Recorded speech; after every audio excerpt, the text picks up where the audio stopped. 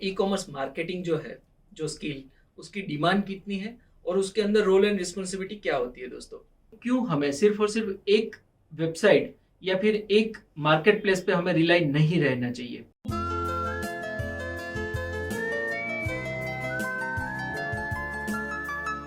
नवीनतम अपडेट के लिए हमारे चैनल को सब्सक्राइब करें और बेल आइकन को दबाएं। तो ये जो ई कॉमर्स मार्केटिंग जो है, उसके अंदर मेन जो रोल है वो होता है कि आपको हेल्प करनी है सेलर्स को। अब सेलर्स का काम क्या है? उनके पास नॉर्मली प्रोडक्ट होती है, तो वो जो प्रोडक्ट होती है उसको हम उसका सेल्स कैसे बढ़ाए। अगर सिंपल टर्म में हम बात करें तो ई कॉमर्स मार्केटिंग का जो मेन रोल है वो है कि आप अवेयरनेस कैसे बढ़ाते हो उस प्रोडक्ट या सर्विसेज का, या फिर उसका सेल्स कैसे बढ़ाते हो। और जो ये जो स्किल है वो काफ़ी डिमांड में है। क्यों डिमांड में है? क्योंकि ये जो ई कॉमर्स फील्ड है अपने इंडिया की अगर स्पेशल हम बात करें तो ये ज़्यादा से ज़्यादा स्टार्ट हुआ है पिछले 5 साल में। और उसके बाद भी आपको सबको पता है कि लाइक जो कोविड का टाइम था उसके बाद इसकी डिमांड बहुत ज़्यादा बढ़ गई है। लेकिन अगर हम बात करें स्किल्ड एम्प्लॉय की या फिर एक्सपीरियंस्ड लोगों की, तो वो काफ़ी कम है कंपेयर टू जितनी डिमांड है। और ये डिमांड भी क्यों बढ़ रही है? बिकॉज कंपटीशन बढ़ रहा है, कस्टमर भी बढ़ रहे हैं, डिमांड भी बढ़ रही है। उसके सामने जो एक्सपीरियंस वाले लोग हैं वो काफ़ी कम है दोस्तों। तो इसके लिए इसकी डिमांड बहुत ज़्यादा है। अब अगर आपको क्वेश्चन आ रहा होगा कि लाइक ये डिमांड में तो है लेकिन इसके अंदर रोल क्या होता है, तो ये जो ई कॉमर्स मार्केटिंग जो भी ये करते हैं इनके अंदर जो रोल आता है वो आता है, मेनली आता है कि अवेयरनेस बढ़ाना ये अपना प्रोडक्ट या सर्विसेज का। उसके बाद जो मेन चीज़ें जो इसके 4-5 गोल होते हैं ई कॉमर्स मार्केटिंग के अंदर, वो है सबसे पहला इंक्रीज विजिटर्स। मतलब आपका प्रोडक्ट पेज जो है, आपकी वेबसाइट है, आपका ब्रांड का जो स्टोर है, उसके ऊपर ज़्यादा से ज़्यादा लोग आए। अब लोग तो आ रहे हैं मान लो, लेकिन वो कन्वर्ट नहीं हो रहे। तो अभी जो नेक्स्ट जो अपना टॉपिक है वो है इंक्रीज कन्वर्जन, यानी कि अब लोग ज़्यादा से ज़्यादा परचेस कैसे करें। तो परचेस करने के लिए क्या क्या चीज़ें इंपॉर्टेंट है, जैसे कि लाइक उसका टाइटल अच्छा होना चाहिए, उसके फोटोग्राफ अच्छे होने चाहिए, प्राइस सही होनी चाहिए, ऐसी बहुत सारी चीज़ें जो हम डीप में देखेंगे आगे। तो ये कन्वर्जन इंपॉर्टेंट पॉइंट है। उसके बाद आता है कि एवरेज ऑर्डर वैल्यू कैसे बढ़ाए। अब मान लो कि आपका दिन में 10 ऑर्डर आ रहे हैं और 10 ऑर्डर का आपका रेवेन्यू जो है वो मान लेते हैं कि लाइक 500 रुपीज़ है, या फिर आपका 1000 रुपये है। अभी उसी को आप 1000 रुपीज़ जो है आपका, उसको हम 5000 पे कैसे ले जाए 10 ऑर्डर में, यानी कि एक के साथ हम बंडल कैसे करें, या फिर जो आपका एग्जिस्टिंग प्रोडक्ट है उसका ही हम प्राइस कैसे बढ़ाए। तो वो सारी चीज़ें आती है कि आपकी ऑर्डर वैल्यू जो है, एवरेज ऑर्डर वैल्यू, उसको हम कैसे बढ़ा सकते हैं। अब उसके बाद जो एक काफ़ी इंपॉर्टेंट पॉइंट होता है वो दोस्तों होता है, आपने कई बार शायद सुना होगा, कस्टमर एक्विजिशन। कस्टमर एक्विजिशन, अब मान लो कि आपको पहला ऑर्डर आया या दूसरा ऑर्डर आया, उसमें आपने 0 रुपये अर्न किए। बिकॉज आपने जो भी ये कस्टमर को लाए, उसके लिए जो आपने एडवर्टाइजिंग के पीछे जो आपने पैसे डाले, उससे मान लेते हैं कि आपको 1 रुपये भी प्रॉफिट नहीं हुआ, राइट। लेकिन ये जो आपने जो भी, या फिर आपका इवन माइनस में जा रहा है, मान लो कि आपने एक कस्टमर को लाया, उस टाइम पे आपके 100 रुपीज चले गए। अब दोस्तों चीज ये है कि लाइक एक ही कस्टमर जो है आपका, हर बार नए नए कस्टमर ढूंढना डिफिकल्ट है। उससे अच्छा है कि लाइक एक ही कस्टमर को आप बार बार रिपीट ऑर्डर्स या रिपीट उसको माल बेचो। तो उसी का जो टॉपिक है उसको हम बोलेंगे एवरेज, लाइक जो सॉरी नेक्स्ट जो टॉपिक है वो है इंक्रीज लाइफ टाइम वैल्यू। यानी कि जिस कस्टमर को आप लेके आए, उसी कस्टमर को हम बार बार कैसे प्रोडक्ट सेल करेंगे, कैसे उनको कस्टमर को सेटिस्फेक्शन देंगे, और कैसे हम उसी कस्टमर को रीच करेंगे, चाहे ईमेल से हो, चाहे व्हाट्सएप से हो, चाहे मैसेज से हो, या फिर सोशल मीडिया में रीटारगेटिंग करके। तो ये एक इम्पोर्टेंट टॉपिक है अपने, ये जो 4-5 चीज़ें वो काफ़ी इंपॉर्टेंट है। अगर हम उसके अलावा भी अगर हम बात करें थोड़ा सा सब चीज़ों को देखने के लिए, तो एक होता है कि इंटीग्रेट कैसे करें इंस्टाग्राम पे, अपना जो स्टोर है उसको हम इंटीग्रेट कैसे करें इंस्टाग्राम पे। उसके अलावा है कि लाइक अपना जो स्टोर है तो उसको हम फेसबुक पे कैसे लॉन्च करें, फेसबुक मार्केट प्लेस पे कैसे लॉन्च करें। उसके अलावा है कि लाइक ईमेल जो है, तो हम ईमेल कैसे गैदर करें कस्टमरों का, ताकि उनको हम बार बार रिपीट ईमेल्स कर सके। कोई अच्छी ऑफर आ रही है तो हम ईमेल कर सके, राइट। तो ये हम कैसे कर सकते हैं, ईमेल सब्सक्राइबर कैसे बढ़ा सकते हैं। उसके अलावा जो ये अपने ईमेल का कैंपेन्स होते हैं, तो ईमेल कैंपेन को हम कैसे अच्छी तरह से ऑप्टिमाइज करें ताकि वो ज़्यादा लोगों तक पहुँचे, अच्छे से पहुँचे।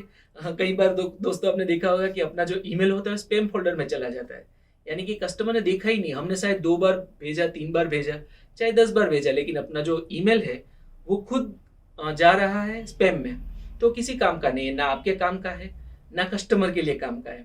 तो उसको हम कैसे ऑप्टिमाइज कर सकते हैं?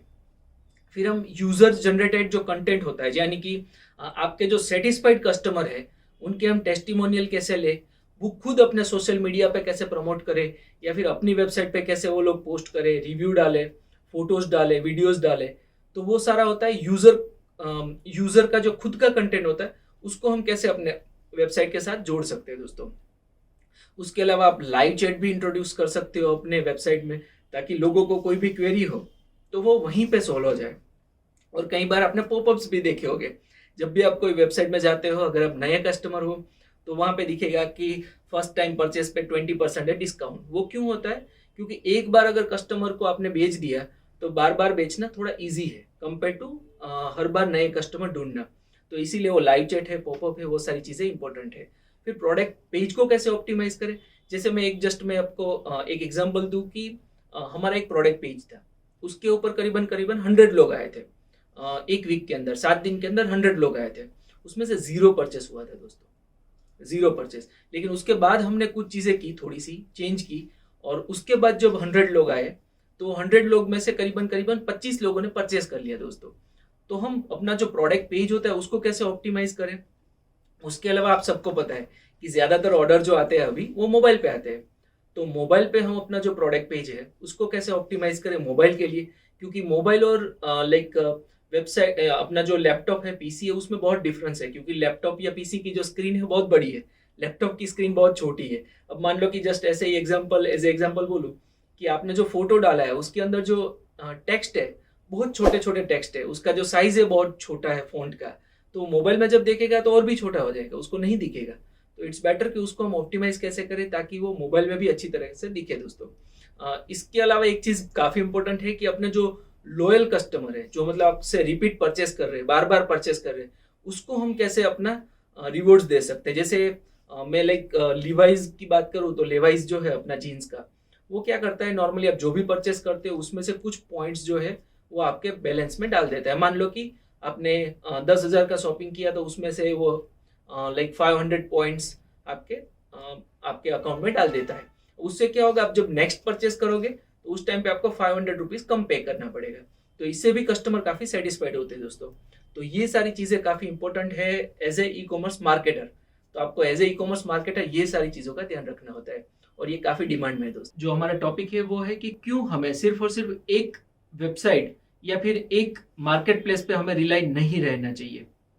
क्योंकि दोस्तों इसमें ऐसा है कि मान लेते हैं कि जैसे मेरे एक फ्रेंड है, उनका जो बिजनेस है एवरी मंथ वो करीबन करीबन 30 लाख रुपए का, 30 लाख का उनका बिजनेस था, और सिर्फ एक मार्केट प्लेस पे था हर महीने का। अभी हुआ यूं कि उनकी प्रोडक्ट में, किसी एक प्रोडक्ट में गलती से CBD था, तो उसकी वजह से उस मार्केट प्लेस ने उनको सस्पेंड कर दिया। ना कि सिर्फ प्रोडक्ट, लेकिन वो पूरा अकाउंट सस्पेंड हो गया। तो उनका जितना भी रेवेन्यू था वो ऑलमोस्ट 0 हो गया दोस्तों। तो इसीलिए अपने कभी एक मार्केट प्लेस के ऊपर रिलाई नहीं रहना चाहिए, क्योंकि आपका जो 100% बिजनेस है वो सिर्फ और सिर्फ एक ही जगह से आ रहा है। अब आपको क्वेश्चन आएगा कि मान लो कि मेरी प्रोडक्ट कभी या मेरा अकाउंट कभी सस्पेंड नहीं होने वाला है, तो क्या मुझे दूसरे मार्केट प्लेस पे जाना चाहिए? डेफिनेटली जाना चाहिए। क्यों जाना चाहिए? जैसे कि मान लो कि कई बार आपने देखे होंगे कि कुछ बायर्स होते हैं जो कुछ स्पेसिफिक मार्केट प्लेस से ही परचेस करते हैं। जैसे कि कुछ लोग होते हैं सिर्फ अमेजोन से परचेस करते हैं, कुछ लोग होते हैं कि मीशो से परचेस करते हैं, कुछ लोग होते हैं कि जो सिर्फ फ्लिपकार्ट से परचेस करते हैं। तो सबका एक कस्टमर बेस है अपना अपना। तो अगर हम उस मार्केट प्लेस पे नहीं जाते तो कस्टमर अपने तक नहीं आने वाला है। तो इट्स बेटर कि हम वहाँ पे जाए, हम जहाँ पे कस्टमर है वहाँ पे हम जाए। अगर हम बात करें कि रेवेन्यू की, तो अमेजोन का जो रेवेन्यू है वो नियरली $15 बिलियन से ज़्यादा है, यानी कि करीबन $20 बिलियन के आसपास है। सामने फ्लिपकार्ट का भी जो रेवेन्यू है वो नियरली 15 to 20 बिलियन डॉलर के आसपास है। अब मान लेते हैं कि आपका जो अमेजोन का रेवेन्यू है, जो भी आपका बिजनेस हो रहा है, अगर आपने प्रोडक्ट फ्लिपकार्ट पे नहीं डाले हैं तो आपका सेल कितना आएगा? 0, राइट। तो यहाँ पे अगर आप फ्लिपकार्ट पे भी अपना प्रोडक्ट रखते हो, मीशो पे भी अपना प्रोडक्ट रखते हो, तो काफ़ी अच्छी तरह से आपके प्रोडक्ट जो है वो सेल हो सकते हैं। आपका जो रेवेन्यू है ओवरऑल मान लेते हैं कि 30 लाख का है, वो 50 लाख हो सकता है हर महीने का, अगर हम दूसरी जगह पे लिस्ट करें तो। दूसरा ये भी हो सकता है कि वहाँ पे आपके कॉम्पिटिटर शायद ना हो, तो वहाँ पे आपका कंपटीशन कम है, तो उसकी वजह से आपको प्रॉफिट भी ज़्यादा मिल सकता है। हो सकता है कि आपका रेवेन्यू भी बढ़ सकता है। उसके अलावा अगर मैं एक टॉपिक की बात करूँ तो एक चीज़ ये भी इम्पोर्टेंट है कि कई बार ये अल्गोरिदम काफ़ी कॉम्प्लेक्स चीज़ है, जो कई बार उनके खुद के एम्प्लॉय जो होते हैं, जो ई कॉमर्स के जो खुद के एम्प्लॉय होते हैं, उनको भी नहीं पता रहता है। तो मान लेते हैं कि कोई प्रोडक्ट आपका जो काफ़ी अच्छा कर रहा है अमेजोन के ऊपर, लेकिन अगर से दूसरी जो प्रोडक्ट है जो नहीं चल रही, हो सकता है कि वो जो दूसरे मार्केट प्लेस पे जाए, कि फ्लिपकार्ट हो, मीशो हो, 1mg हो, खुद फेसबुक का मार्केट प्लेस हो, या फिर खुद की वेबसाइट हो, वहाँ पे इतनी अच्छी तरह से वो अल्गोरिदम में सेट हो जाए कि उसके ऊपर आपको बहुत ज़्यादा ऑर्डर आए। तो इसकी वजह से भी आपको जो आपके प्रोडक्ट्स है वो हर जगह लिस्ट करनी चाहिए। अभी आपको ये क्वेश्चन आएगा कि हम दूसरे मार्केट प्लेस पे लिस्ट करेंगे तो एक्सपेंस नहीं बढ़ेगा?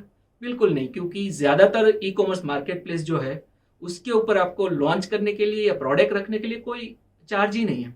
आपको चार्ज कब देना है, आपको पैसे कब देने हैं? जब वो जो प्रोडक्ट है वो सेल होगी, राइट? तो आपका जब आपका ई कॉमर्स मार्केट प्लेस पे लिस्टिंग का कोई फीस ही नहीं है तो फिर क्यों हम लिस्ट ना करें, राइट? तो और डॉक्यूमेंट तो ज़्यादातर वेबसाइट में सेम लगते हैं, तो आपको उसकी वजह से भी करना चाहिए। उसके अलावा मैं अगर बात करूँ, मान लो ईबे की बात करूँ, तो ईबे पे करीबन 15 करोड़ के आसपास कस्टमर है जो वो ईबे से परचेस करते हैं। अगर मैं फेसबुक मार्केट प्लेस की बात करूँ तो फेसबुक मार्केट प्लेस पे करीबन 80 करोड़ यूजर्स है, 80 करोड़, राइट? तो उसमें से भी आपको शायद ऑर्डर आ सकते हैं। जैसे मेरे एक फ्रेंड है, वो कनाडा में है, तो उनका अमेजोन या वॉलमार्ट पे इतना ज़्यादा सेल नहीं है, लेकिन उनका ई कॉमर्स मार्केट प्लेस पे बहुत अच्छा सेल है, और कोई एक प्रोडक्ट, राइट? तो ऐसा ज़रूरी नहीं है कि आपका कौन सा प्रोडक्ट कहाँ पे ज़्यादा सेल करने लगेगा। अगर आप इंटरनेशनल मार्केट प्लेस की बात करो तो वॉलमार्ट अभी काफ़ी अच्छा कर रहा है। वॉलमार्ट के पास करीबन 44 करोड़, करीबन 40 करोड़ से ज़्यादा लोग अभी ऑलरेडी सेल कर रहे हैं। इससे ज़्यादा लोग वॉलमार्ट से परचेस कर रहे हैं, तो उनके पास जो डेटाबेस है वो करीबन 44 करोड़ का है। उसके अलावा गूगल एक्सप्रेस है, गूगल शॉपिंग जो हम बोलते हैं, उस पर भी बहुत सारे लोग कस्टमर परचेस करते हैं दोस्तों। तो मेरा तो यही सजेशन रहेगा दोस्तों कि आप एक मार्केट प्लेस पे सेल करने की जगह पे बहुत सारे मार्केट प्लेस पे सेल करें, और आपका जो बिजनेस है वो ज़्यादा सिक्योर कहा जाएगा, और ज़्यादा इससे आप रेवेन्यू भी जनरेट कर पाओगे, और हो सकता है कि ज़्यादा प्रॉफिट भी लो। थैंक यू दोस्तों। For detailed learning of all logistics subjects, visit www.logiveda.com.